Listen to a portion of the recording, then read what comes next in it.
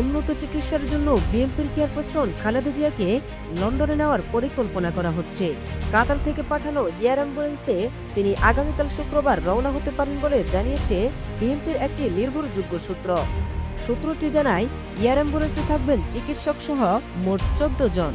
তার বিদেশ যাত্রা ও সর্বশেষ শারীরিক অবস্থার বিষয়ে আজ বৃহস্পতিবার দুপুরে আনুষ্ঠানিক ব্রিফ করেছেন স্থায়ী কমিটির সদস্য এবং খালেদা জিয়ার ব্যক্তিগত চিকিৎসক অধ্যাপক ডাক্তার এজেএম জাহিদ হোসেন।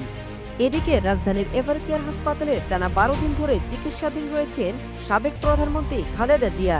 এর মধ্যে 8 দিন তিনি সিসিইউতে নিবিড় পর্যবেক্ষণে রয়েছেন।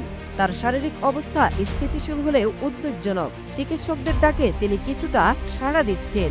মেডিকেল বোর্ডের একজন চিকিৎসক জানান, ফুসফুসে স্বাভাবিক বাতাস চলাচল নিশ্চিত করতে মেকানিক্যাল ভেন্টিলেশনের মাধ্যমে চিকিৎসা দেওয়া হচ্ছে। পাশাপাশি কিডনির কার্যকারিতা বজায় রাখতে নিয়মিত ডায়ালাইসিস করা হচ্ছে।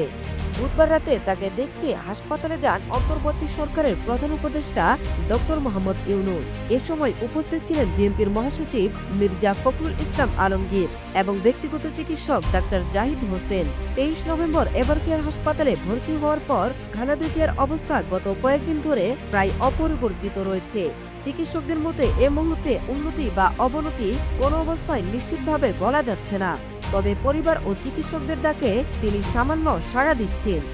এদিকে খালেদা জিয়ার চিকিৎসায় সহায়তার জন্য ইতোমধ্যে ঢাকায় পৌঁছেছেন বিদেশি বিশেষজ্ঞ চিকিৎসকরা।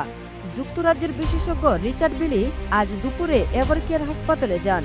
3 দিন আগে আসা চীনের বিশেষজ্ঞ দলসহ মেডিকেল বোর্ড রাতে মিটিং করে তার সর্বশেষ রিপোর্ট পরীক্ষা নিরীক্ষা করেছে। এমন পরিস্থিতিতে দেশের বিভিন্ন স্থানে অনুষ্ঠিত হচ্ছে দোয়া ও মোনাজাতের আয়োজন। রাজধানী নয়াপল্টন, শ্যামলী, পল্লবী সহ সারা দেশে বিএনপির নেতাকর্মীরা খালেদা জিয়ার দ্রুত সুস্থতা কামনায় দোয়া মাহফিল করছেন। উন্নত চিকিৎসার জন্য লন্ডনে নেওয়ার সিদ্ধান্ত এখনো চূড়ান্ত হয়নি। তবে বিএনপি সূত্র বলছে, যে কোনো সময় এয়ার অ্যাম্বুলেন্সে হস্তান্তরের কার্যক্রম শুরু হতে পারে।